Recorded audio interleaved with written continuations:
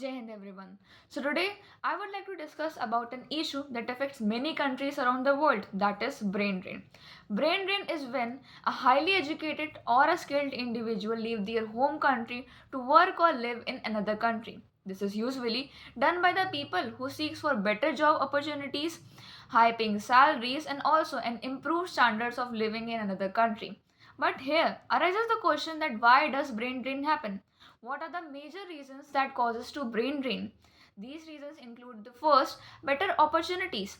Many people move to another countries where they can find a good job that can match their skills and education. For example, a doctor might move to any other country where they can get a great salary and also have an access to advanced medical facilities.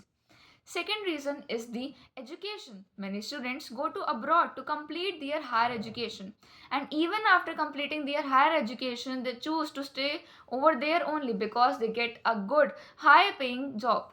Now talking about the third reason, which is the political instability. In some cases, political unrest or ongoing war-like situations in the home country can push an individual to look for stability in another country. Talking about the fourth reason, which is the quality of life. As some individuals seek for the better quality of life, better standards of living, which includes healthcare, education, technology, and a peaceful life. Now, moving forward towards the effects of brain drain.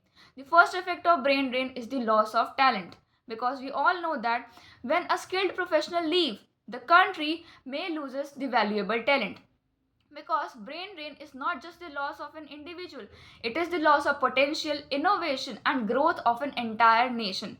When an individual leaves, they take away with them the dreams of a progress and hopes for a better future. This may impact the different sectors and fields like the medical field, education and technology, which may hinder the growth and development of a country. Now, the second effect is the economic challenge, as brain drain can also cause economic challenges in the home country because these countries are not able to utilize the skills of their workforce present in that country. This may cause or slow down the innovation and economic growth of any country.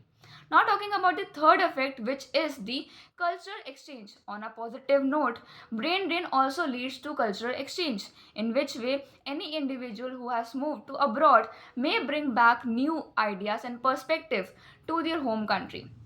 Now, talking about the countries where brain drain is prominent. These countries include India, Syria, South Africa, Mexico, Venezuela, and Philippines.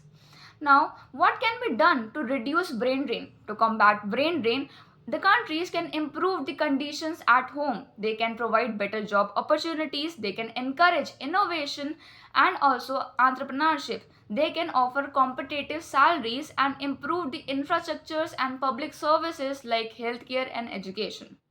In conclusion, I would like to say that brain drain is a complex issue that comes with both opportunities for the citizens and talking about the challenges for the country. By understanding its causes and effects, we can work towards creating an environment where we can retain talent and also foster growth in the home country. Thank you. Jai Hind.